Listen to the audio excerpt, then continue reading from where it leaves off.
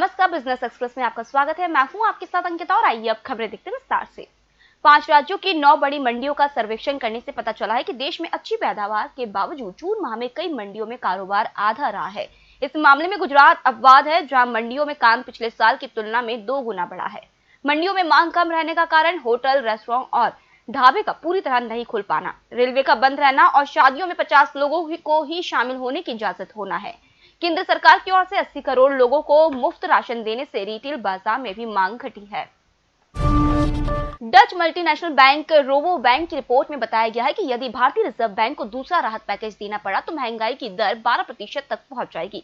Bank ने यह भी कहा कि 2021 में डॉलर के मुकाबले रुपया 2020 के स्तर से 16% तक कमजोर हो सकता है। बैंक ने चेताया है कि भारत को 1980 के दशक की गलतियों को दोहराने से बचना चाहिए। उस वक्त रिजर्व बैंक ने सरकारी कर्ज का मुद्रीकरण कर दिया था। मध्य प्रदेश के पन्ना की रानीपुर स्थित हीरा खदान में मजदूरों को 10 कैरेट का जेम क्वालिटी का हीरा मिला है, जिसकी बाजार में कीमत 60 से 70 लाख रुपए हो सकती है। इस खदान का पट्टा 1 माह पूर्व जारी हुआ था। इस हीरे को आगामी नीलामी में बिक्री के लिए रखा जाएगा। कोरोना संकट के कारण दुनिया भर के निवेशक अमेरिकी टेक्नोलॉजी कंपनी के स्टॉक में पैसा लगा रहे हैं। इनमें सबसे आगे भारतीय है। मिलेनियम, नेटफ्लिक्स, गूगल जैसी कंपनियों को टाटा रिलायंस से बेहतर विकल्प मानते हुए यह निवेश किया जा रहा है। भारतीय अमेरिकी स्टॉक एक्सचेंज की 30 कंपनियों के उपभोक्ता हैं, जिनकी इंडेक्स में 70% से ज्यादा हिस्सेदारी है, इसलिए भारतीय इन कंपनियों में रुचि ले रहे हैं। एमसीएक्स में मंगलवार को चांदी का भाव 57,000 रुपए प्रति किलो को पार कर गया। चांदी का सितंबर वायदा भी 3,449 रुपए बढ़कर 57,454 रुपए प्रति किलोग्राम के स्तर पर पहुंच गया। बीते पौने 7 साल में यह इसकी सबसे अधिक कीमत है। इससे पहले सितंबर 2013 में चांदी इस स्तर पर थी।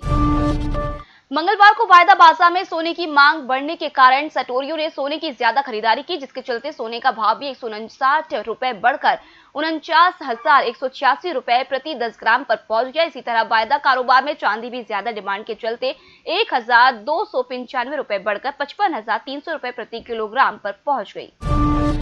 भारत की ओर से रिफाइंड पाम ऑयल के आयात पर रोक लगाने से नेपाल की खाद्य तेल रिफाइनरीज पर संकट आ गया है। भंडार करने के कारण रिफाइनरीज में काम बंद हो गया है। भारत नेपाल के रिफाइंड पाम ऑयल का सबसे बड़ा खरीदार है। सुप्रीम कोर्ट ने सरकारी बैंकों पर कार्रवाई की मांग वाली याचिका पर वित्त मंत्रालय को नोटिस जारी किया है। सौरभ जैन द्वारा दाखिल याचिका में सरकारी बैंकों पर बड़े कर्ज नहीं चुकाने वाली कंपनियों के निदेशकों और प्रवर्तकों की व्यक्तिगत गारंटी को तलब नहीं करने के लिए अनुशासनात्मक कार्रवाई करने की मांग की गई। उधर दिल्ली उच्च न्यायालय ने घोटाले में फंसे Punjab and Maharashtra cooperative bank के जमाकर्ताओं को 5 लाख रुपए तक निकालने की इजाजत देने का अनुरोध करने वाली एक याचिका पर केंद्र सरकार और भारतीय रिजर्व बैंक से जवाब मांगा है। निजी क्षेत्र के अग्रणी बैंक एक्सिस बैंक के मुनाफे में 18.82% की गिरावट आई है। एक साल पहले अप्रैल-जून तिमाही में इसका लाभ 1,370 करोड़ रुपए था।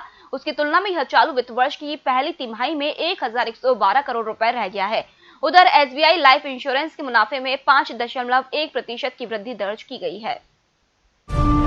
किसान क्रेडिट कार्ड धारकों को बैंक से लिए गए कृषि कर्ज को 31 अगस्त तक वापस करना होगा। अगर किसान क्रेडिट कार्ड धारकों ने 31 अगस्त तक पैसे नहीं लौटाए तो उन्हें 4 की जगह 7% ब्याज देना पड़ेगा।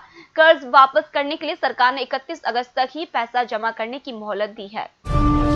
पहले लॉकडाउन पे बारिश और बाढ़ के चलते देश भर में सब्जियों के दाम आसमान छूने लगे हैं। देश भर की सब्जी मार्केट में इस समय सब्जियों की कीमतें 3 गुनी ज्यादा महंगी मिल रही है।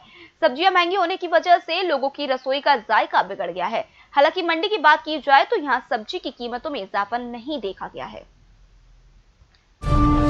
बजाज फाइनेंस के चेयरमैन राहुल बजाज 31 जुलाई 2020 को अपने पद से हट जाएंगे। वे कंपनी के non executive non independent director बने रहेंगे। राहुल की जगह उनके बेटे संजीव बजाज चेयरमैन का पद संभालेंगे। इस खबर के बाद बॉम्बे स्टॉक एक्सचेंज में कंपनी के शेयर 3.5% तक गिर गए हैं। दुनिया के सबसे अमीर व्यक्ति अमेज़न के जेफ बेजोस की संपत्ति एक दिन में 97,500 करोड़ रुपए बढ़ गई है। ब्लूमबर्ग बिलियनियर इंडेक्स के मुताबिक ऑनलाइन शॉपिंग में अचानक बढ़ोतरी के कारण मंगलवार को बेजोस की संपत्ति 14 लाख करोड़ हो गई, जबकि सोमवार को यह 13 लाख करोड़ रुपए थी। एक दिन में इतनी संपत्ति बढ़ने का यह एक रिकॉर्ड है। फिलहाल इस बुलेटिन में इतना ही। आप बने रहिए ईएमएस टीवी के साथ। नमस्कार।